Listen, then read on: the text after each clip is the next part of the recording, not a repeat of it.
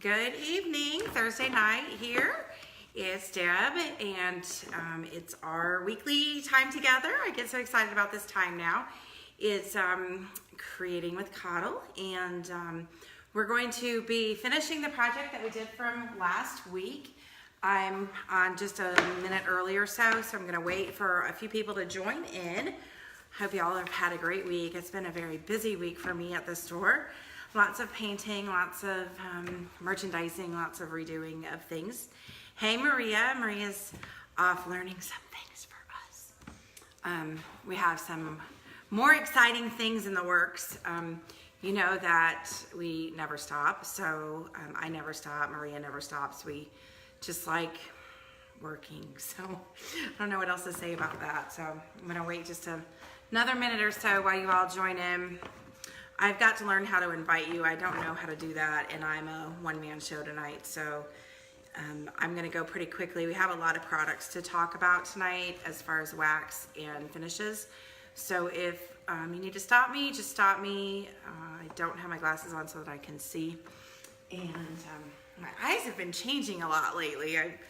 I hit a certain age recently, and now I can see better. I don't know if that's just a fluke or what. Hey Beth. Beth is watching. I'm going to attempt to do this on my own tonight. So anyway, I'm going to go ahead and get started. As you join, please let me know where you're watching from or say hi so that I know that you all are seeing this post. And we'll get started. So both milk paint and chalk paint, first of all, are very porous paints, and because they're so porous, it allows them to stick on almost most surfaces, especially chalk paint. Chalk paint will stick to just about everything, but in the way that they are porous means that they all need to be protected somehow. So if I were to leave this the way that it is, it would still be fine as long as I didn't touch it. Hey Dory. As long as I didn't, touch it a lot and go over it with my fingers and have cats and vacuum cleaners and all of that stuff, I wouldn't necessarily have to protect it. But when we add a protectant, which my preference is wax, we actually protect and seal the paint. So that's what we're going to do tonight. I'm going to show you the different products because if you remember, I painted these doors in milk paint and I painted the frame in chalk paint. So I'm going to talk a little bit about both products. And hi Tammy from Jack's, good for you to have you here. Thank you for joining us. And so distressing is what I'm going to talk about a little bit first because I prefer to distress before I wax. It does kick up more dust when you do it that way, but I'm in a workshop environment and we clean and clean and clean the dust. So I do prefer to, hey Critter, I prefer to distress it before I wax. The other reason I like to do that is because if I do get too much of the paint coming off, I will actually then go back with the paint and put it back on before I've waxed it. Now, if you're working in an environment where you don't want to kick up a lot of dust, you may want to prefer to wax it first and then distress it. You will, of course I never sleep. This is my 9 o'clock gig on Thursday nights. You always want to make sure that if you're distressing after you wax it, to have more sandpaper on hand because the wax will definitely clog up the sandpaper more. So I don't prefer this, but I actually prefer these sanding pads from Sloan. And the reason that I prefer these the best is because they're very flexible. You can see they're very flexible and you can wash them. However, in my workshop, I paint 5, 6, 7 pieces a week sometimes, and I go through a ton of sandpaper. So what I'm gonna be using is just 220 grit sandpaper wrapped around a sanding sponge because I go through so much of it that it's more cost effective for me. But if I had to do it just as the at-home painter, I would definitely prefer the Sloan sanding pads to this. But when you are going to distress it, let me kind of move this junk over. You're just gonna distress it wherever you feel like it would naturally get worn. So on the doors, hoping y'all can see me. I'm sorry to have my back to you. On the doors, I'm just gonna kind of nick it.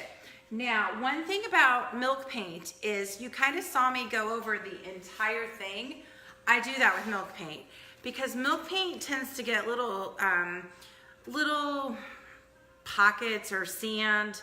It's kind of like a rough, kind of sandy part to it with the limestone and the clay, and it kind of leaves like a little roughness to the surface. So I prefer, before I wax, to give my milk paint pieces a sanding all over. So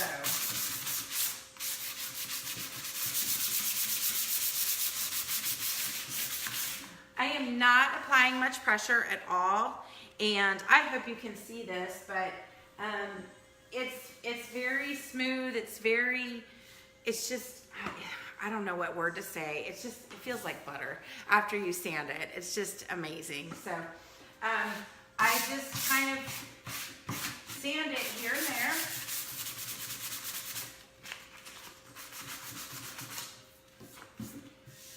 So once I have it how I like it, I'm gonna just take a regular good old brush, any kind of, yucky brush that you have at home, and I'm just gonna brush off the dust. Okay? Now, I just did the milk paint, and I'm now gonna just kind of rough up the rest of it.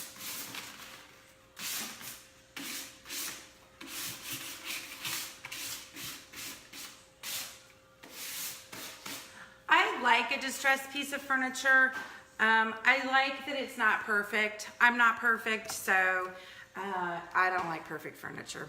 Now, if I'm painting mid-century modern, or if I'm painting something that does really need to be slick and pristine and perfect, of course, you don't have to distress furniture. I'm not saying that that's like a prerequisite of painted furniture is to actually distress it. But I just like the look of it. You all know that I tend to go to lots of older pieces, and the reality is this piece isn't that old. This piece is 25 years old. But the reality is old furniture has nicks and cracks and all kinds of problems with it. So let's embrace those flaws, So now that I have the piece distressed exactly how I want it, we're gonna talk about the different waxes. So this mustard seed has 3 different kinds of wax. Jessica's watching, and Jacob. See, Jessica, you could still spend time with me. I'm so excited to see you on here. My little Gerald girls, I love them. Anyway, I get distracted easily, so keep me focused. Miss Mustard Seed has 3 waxes, and she also just came out with a new one that I have not been able to get yet, but she's got a 4th one now on the way, which is a really cool zinc wax, which I'm super, super excited to get my hands on it. But they've already sold out. So hopefully within the next 2 weeks I'll have that. But this is Grain Sack, which is the color that I painted on the drawers. It's a really, really pale gray. And this is with clear wax. This is with the dark wax, and this is with white wax. So it's the 3 different waxes that is changing the color. What I can't emphasize enough, though, is that you always, always want to clear wax everything first. The reason that you want to do that is the clear wax will actually seal the paint and seal the pores of the paint, and then you can go back in with all of your complementary waxes and actually have some fun with it. So I'm going to show you this example of why you don't want to straight dark wax. So this is Annie Sloan Old White. This is Annie Sloan Old White with clear wax and then dark wax. This is Annie Sloan with straight dark wax. So I've now taken my gorgeous Old White and I've totally mucked it up by putting just straight dark wax. I can't get it off. If I wanted to get this part off, the dark wax on this one, I could simply add more clear wax and it would act like an eraser and take some of the dark wax off. So I could use it to shade it and everything. But I can't do it if I don't put clear wax on first. So that's why always in the back of your mind, clear wax, clear wax, clear wax, and then dark wax if you want to. There are a few exceptions to that rule, but I'm not going to talk about it because I want you to remember one thing tonight: clear wax, clear wax, clear wax. So I am going to clear wax my fronts of my drawers. I prefer using wax brushes. My favorite wax brush is the Sloan wax brush. It does have a tapered head. This one's getting kind of nubby. Hey Katie, my brother's girlfriend, I'm gonna meet you in November. It's getting a little bit worn down. I've probably waxed 50 or 60 pieces of furniture with this brush. And eventually there won't be any bristles left. These are natural boar bristles, and eventually they'll just kind of get shorter and shorter and shorter until I don't have much of a brush left, and I throw it out and I get a new one. So Sloan, it's a tapered head, definitely my preferred. A little bit, you know, spendy. It's a $54 brush, but definitely worth it. I talk about the quality of brushes. We also sell a ton of waxing and wax wells. They're also a very good wax brush, and although they are not an Sloan product, we do sell quite a few of them, a lot of them actually. They're very compact. Lots of bristles packed into that ferrule, so a great brush as well. I try to explain to people that wax likes to attach itself to the most porous surface, and when you are waxing with a brush, the piece of furniture is the most porous surface. When you're waxing with a rag, a t-shirt, a rag, whatnot, a sheet, that is the most porous surface, and it is absorbing the wax instead of actually pushing the wax onto the piece of furniture. So that is why I prefer to use a wax brush. Also, it's much faster. So this is a very light color, so I'm going to wax right out of my big tub of wax.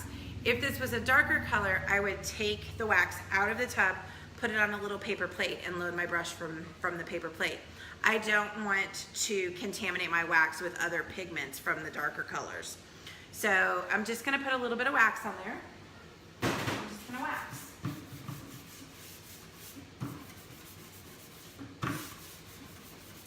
I know that waxing is the most intimidating part of this process for most of you. But tonight, we're not gonna have that fear anymore. It's not hard. Going down into the cracks.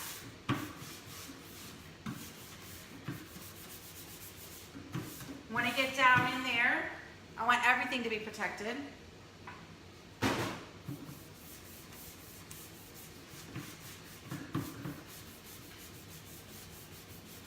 Not sure if you can see. I think you can see. This side, which I'm waxing, is getting a little bit darker. It's actually enhancing it. While the wax is wet, it enhances the color a little bit. So you can definitely see where I have waxed and where I have not waxed on this piece of furniture. So if you even look down here at the bottom, you can see I've waxed here and not here. So I just fill that in.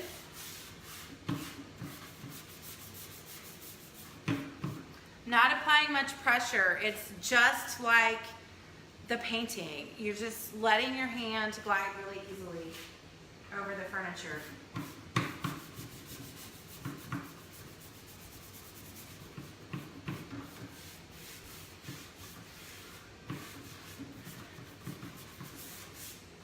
Okay, now once I have it on there, I make sure I have everything that I want. While the wax is still wet, I will typically then add my complementary waxes. So I am going to add a little bit of dark wax. This is the antiquing wax, looks like tar. You see that? And I'm just going to add just a little bit here in the cracks and crevices.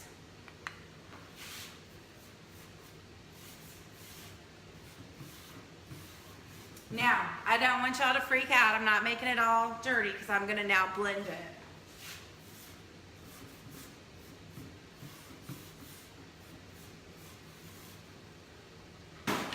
So I've kind of gotten it on there where I want it. And I take a Scott's paper towel. I love these things. They're lint free. Just get them in the automotive section of Walmart. Just going to rub it back a little bit.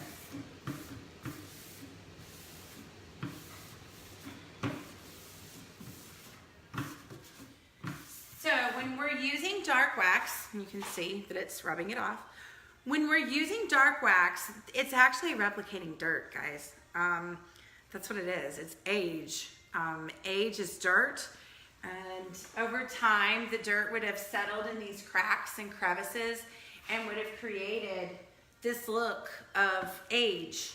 We wouldn't have been able to necessarily get all of that dirt out, and so we are creating the look of age on this piece. Now, the other option that you have when painting milk paint is if you don't want to mess with the wax, if you have a very porous surface, which I don't really, this isn't really porous. You know, this is a 1980s special. It's still porous, it's dry. It's not super slick, but you can also use hemp oil. I talk a lot about hemp oil, and I love this stuff. I would bathe in this stuff if I could, if it was cheap enough to.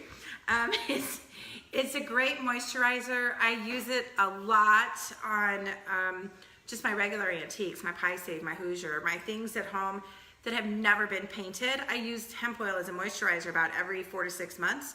Just soak it, you just brush it on and let it be. I also use it on my leather handbags, my belts, my leather. It's great on metal. It'll revitalize metal. So you can also use the hemp oil as a top coat, and it will create a water resistancy as well.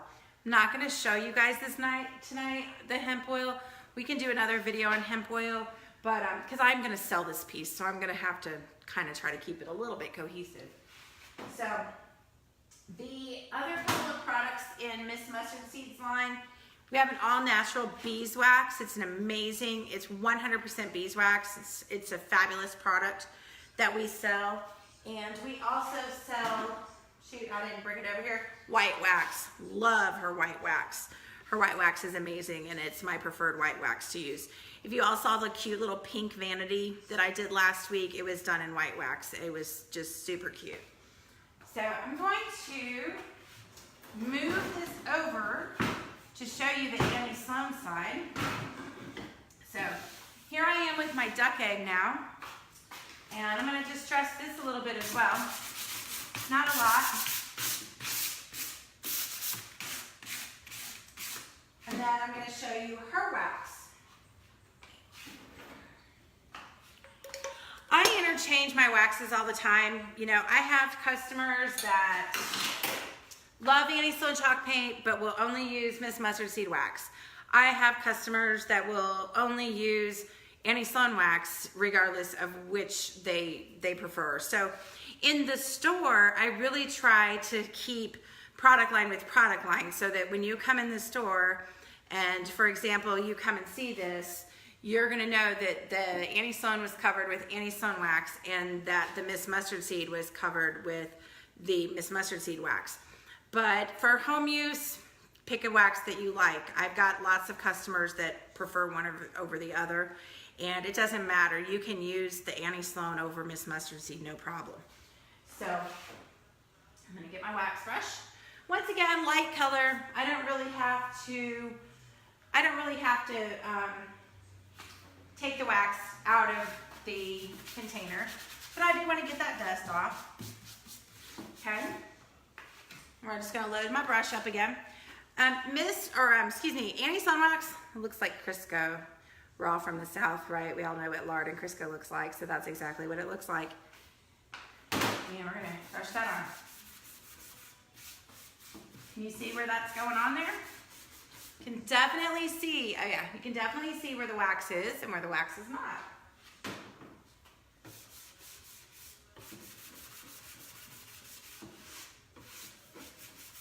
No, once again, no pressure. I'm just simply putting the wax on. I love waxing. It's really like almost my favorite part. It's my favorite part because you get to be more creative with wax, and it's also my favorite part because we're almost done.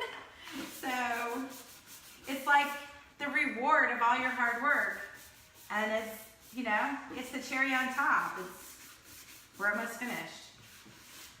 So I don't want to keep you on here forever tonight, so I'm not going to do the entire piece, obviously. So once we put it on, we're going to wax it back off, or wax on, wax off. So I've now got a nice good coating of my anti-Sloan wax on the top 3/4 of this little stand, and I'm now going to take it off.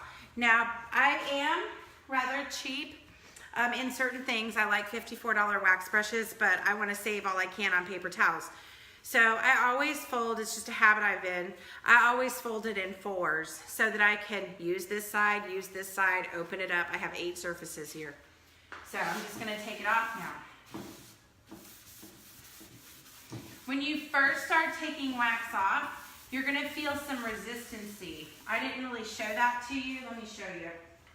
Let me show you down here. Wax a little bit more.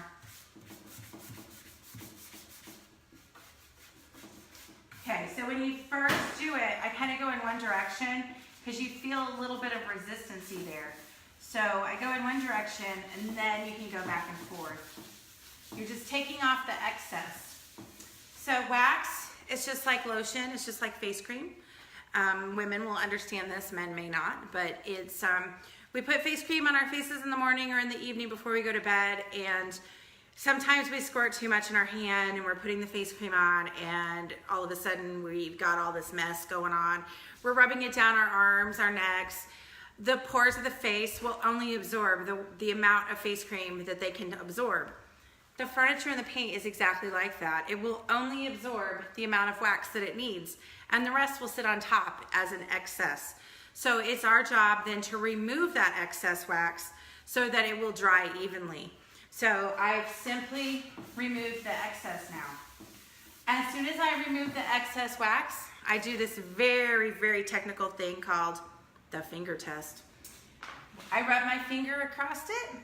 If I do not see my fingerprint, we're good to go. We're done. We move on to the next section. If I do see my fingerprint, I still have too much wax on there and I need to remove more. Now, the more that you rub back and forth and create that friction, the shinier it is going to become. So when you do that, you now are starting the buffing process. I prefer to let it sit and then come in the next day to buff it. A lot of my customers and clients say, I don't like wax because I can't get it shiny like a poly. You can get it shinier than a poly, trust me. You just have to put a little elbow grease in it. It's not hard to buff.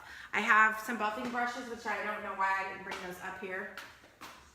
I don't see them right offhand. But all you've got to do is just buff it more and the shinier it will become. So, can I mix light and dark and apply after using the first clear coat? Absolutely. I prefer, while the first coat, don't remove the excess. You're gonna have to put your first coat on, then put your second coat on. You can mix the waxes. Anti-Sloan wax is the only wax that I've ever used that you can actually mix the paint in it and tint the wax with the paint. So if you like that look of when you do like a wash on something, if I wanted to paint this, well, I painted it duck egg. If I wanted to do a white wash on it and I didn't want to use white wax, I could put pure white anti-Sloan into my wax, stir it up, and then wax with that. And it would leave that same look of a wash. So after you're done putting all of the wax on, then you will remove the excess. Because I really like to do the blending while the wax is still wet and I haven't taken it off yet. So if we go back to that part, here is the dark wax on this piece, on this one door, and I have not waxed this side at all. So Anti-Sloan has 4 different kinds of wax. Number 1 is the clear wax. I always recommend you get a regular size tub. This is $28. You can do, gosh, I'd say 10, 15 projects with this tub of wax. Most kitchen cabinet jobs will only use 1 tub of the clear wax as well, most of the time. The question comes up a lot, how many coats of wax do I need? And my answer to that is, if you got a really good coat of wax on there, you don't need any more. And a lot of times, like if I'll go back and distress it, I'll put another coat over my distressing. So I may say that I'm doing 1.5 coats. And sometimes I will put 2 full coats, but in my experience, as soon as you add another coat of wax, you actually heat up the wax that's on there, and now you still only have just 1 coat of wax. You just have more of that 1 coat. So I have waxed things with dark wax, and 3 years later decided I didn't like the dark wax, and I've come back and I've taken it off with clear wax. So it's not a permanent thing as long as you what? Clear wax first. The one thing I asked for you to remember for tonight. Clear wax, clear wax, clear wax. So, but back to Annie Sloan. This is duck egg, and this is duck egg blue with the clear wax only, which is what I just did. This is duck egg with white wax, duck egg with dark wax, and then Annie has black wax, which I love her black wax. It's very, it's a great accent. When you come into the store, you will find all of these sticks. So as soon as you walk in, I have this big container. It's right below the camera right now. There's all these sticks. Okay, this is every color of Annie Sloan with every color of wax on it. So when you come in and you're like, wow, I really like a meal. Can you show me what a meal looks like with black wax on it? We grab the meal stick and there's your black wax right there. I really like Antibes. Can you show me what it looks like with dark wax? Voila. So we have these great tools to show you what happens when we put the wax on. We also have them in Miss Mustard Seed. They're in this little, I've got to tether this to the wall. They're in this nice little RC Cola kit or crate, and you can come and look at all the different ways that the wax interacts with that as well. So lots of tools here. You'll see behind me too, every time I go live, you'll see behind me all the lockers on the wall. Fabulous tool. I'm loving the lockers.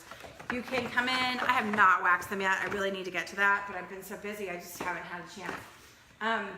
But regardless, they're a fabulous tool. You can walk right up. I know what colors everything, so soon they will be labeled and you will be able to just walk up and figure out what is what. But right now, excellent tool. I've tried to give you every tool you can possibly use to help pick color and waxes on top. So the last thing to do to my piece, except for finish it, and I will finish it in the morning. I don't want to be on here forever. But you've just got to do the armoire. It is so great. I mean, just do it. You need the color tools. They're great. Another color tool, while we're on that, before I flip over, is I talked a little bit last week about this, but I have this for every color as well. And shout out to Wendy. Wendy helped me with all of this stuff as well. And so shout out to Wendy down in St. Augustine tonight if she's watching.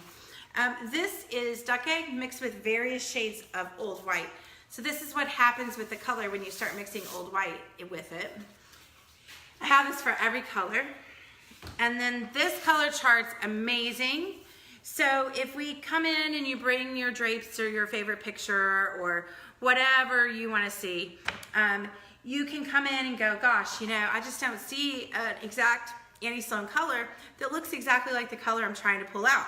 So bring in your drapes or your picture and we'll color match it to one of the colors. So every color mixed with every color, it's all totally limitless. I mean, the paint possibilities are endless. So we have these charts for everything. So Miss Mustard Seed paints are safe for nursery furniture. There's nothing in it. I mean, Miss Mustard Seed paint has limestone and clay and water and milk casing and pigment. That's pretty much it. I mean, it's very safe. The beeswax is 100% beeswax, and Annie Sloan wax and paints are one of the only paints on the market approved for cribs and toys. So if the kids want to gnaw on it, let them gnaw. Thank God Maddie was not a gnawer. She never gnawed on her crib.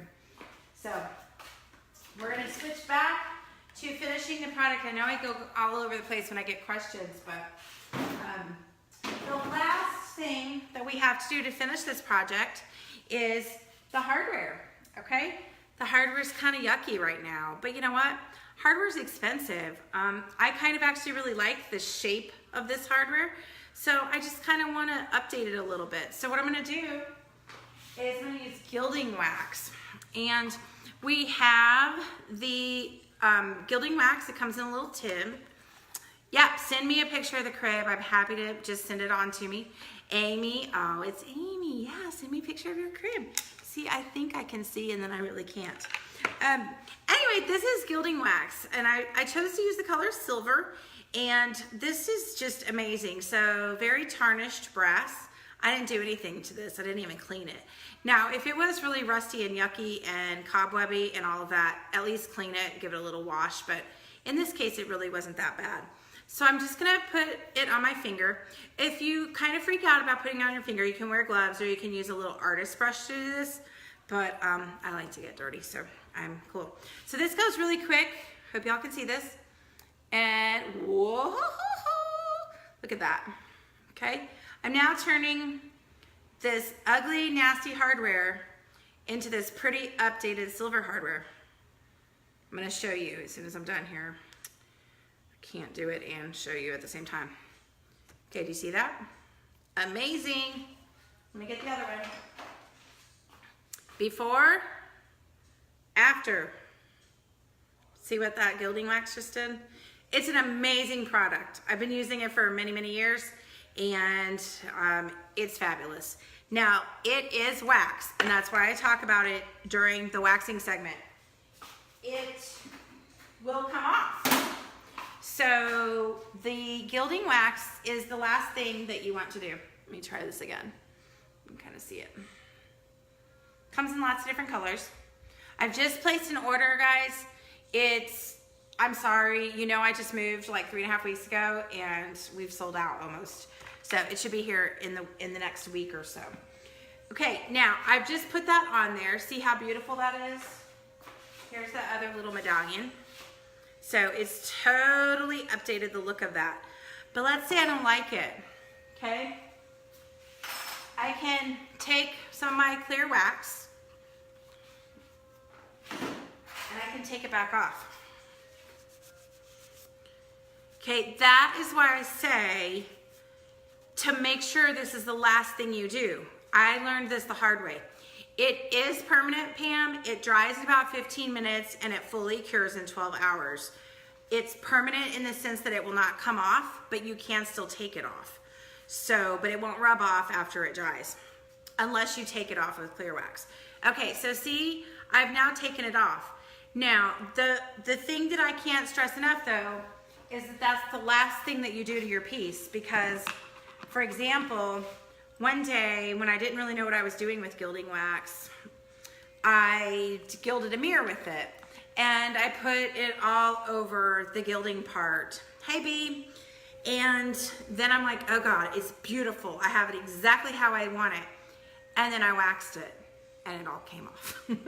So learn from my mistakes. It's the last thing that you put on your piece is the gilding wax. So gilding wax comes in lots of different colors. And my favorite silver and German silver. German silver is kind of a mix between silver and gold. And gold's really hot right now too, so I'm doing lots of like really bright golds, and antique golds have been great on hardware. So once again, there's gilding wax. If you don't like it, you take it back off. You can also use it around your piece. So, excuse me. If you want to accent with it, you can go and put little accents of silver and gold, you know, around this. This isn't a real detailed piece, but if you did have a really detailed piece, you can totally do that. My friend Sally, she did a chandelier. She painted the whole thing in Annie Sloan chalk paint, and then she went and did the gilding on it. It was gorgeous. And it was one of those 1980s found in every spec home in America brass mirror, the ball on the bottom with the big arms that came up. It was gorgeous. And she did that with gilding wax too after she did that. So love it. It's great. So I'm gonna wipe off my hands because now they're all silvery. that pretty much wraps up waxing, gilding wax, the different waxes. I'm trying to think if I missed anything. You know, I just kind of fly by the seat of my pants sometimes. So there's no need to go crazy here. I just like to get on here and chat. So does anybody have any questions? Yeah, that chandelier, I'm telling you, it was amazing. I'll try to post a picture of that because Sally did an amazing job with it. And she never even took it out of the socket. She stood on her dining room table and she painted it. She never took it down, and it turned out amazing. So, I mean, I was impressed. So, she took my class and she just ran with it. I do have a Annie Sloan Bring Your Own Piece class scheduled for September 16th at 1 o'clock. It's a Sunday. That class, you bring your own small piece, something this size, a small table, a chair, something you can carry in yourself. And I go through the entire process of painting your furniture, from cleaning it, prepping it, to painting it. And then we paint, we distress, we wax, we change the hardware, and all of the other stuff. Taking the dark wax off, I pretty much got the dark wax off that I want. I want to leave it pretty much, but if I want to take more of it off, I can just put some more clear wax on, and I can start taking it off and shadowing it. So you can see that it comes right off. So if you get too much on, you'll just put your clear wax back on the towel and just take it back off. So either wax will do.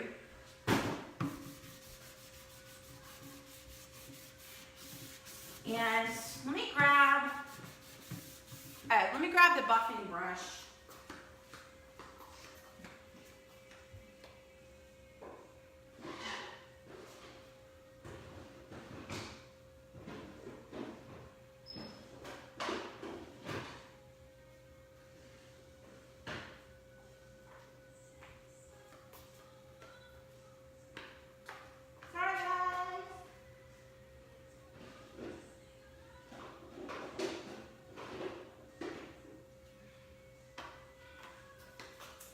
This is Candid Live. There's always something happening. Okay, I'm not going to use it because this is the ones that I sell, but this is the buffing brushes that I like. It's like a big coarse, like horse brush or shoe brush. And so I will go back in the next day if I want to get it really shiny, and I just and buff it. It becomes super, super slick. I also love these towels that we sell. They are lint-free and they are fabulous for removing wax and buffing and removing the excess. They're great shop towels, and I throw them in the washer and wash them. So I do soak the wax out of them before I put them in the washer. I don't like to put wax in the dryer. So just an FYI, I don't like to wash things in my washer and dryer that I actually have wax on. But, and that brings up another thing I didn't talk about. Washing your brushes. I prefer lye soap. And Miss Mustard Seed has an awesome soap to do my brushes. But if you don't have either of those, who does not have Dawn dish soap under their sink? Dawn dish soap works great to take care of the wax brushes. And rumor has it, you might have heard it here first, the Hairy Farm Pit girls might be making us some soap for our brushes.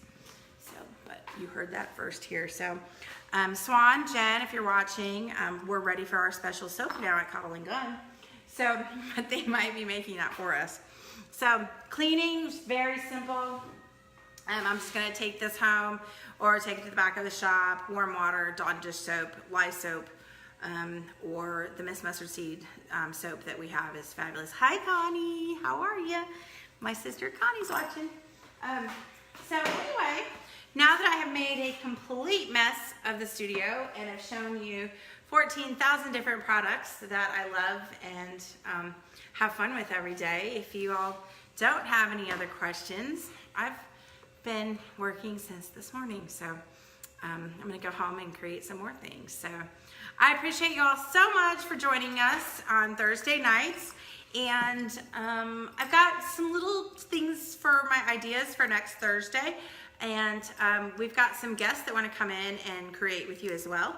So we will be having lots of different things happening, and just really excited about being in this space, you guys. It's been amazing, and I absolutely love it. I love you all. I love that you support me so that I can do what I do every day. I mean, I'm living the dream, and I couldn't do it without y'all. So I'm very, very appreciative. I love you too, Jessica. I miss you guys terribly. So the class date again for the Bring Your Own Peace is the 16th of September. All of our classes are online at cottleandgun.com. You go into the workshops tab, and it'll direct you on how to register. We also did announce our Christmas dates. We've scheduled 2 Christmas dates. They're very, very popular. We've sold half the first class out, which the first one is October 27th. The second one's December 1st. So our Christmas extravaganza is also online now, and we have lots of other exciting classes in the month of September. So if you want to come and create, if you want to come and create with us, please go sign up with the class. We have a lot of fun, and our workshop's awesome. Since I've been on here last, we did have our first class on Saturday, and it was just amazing. I just love this space.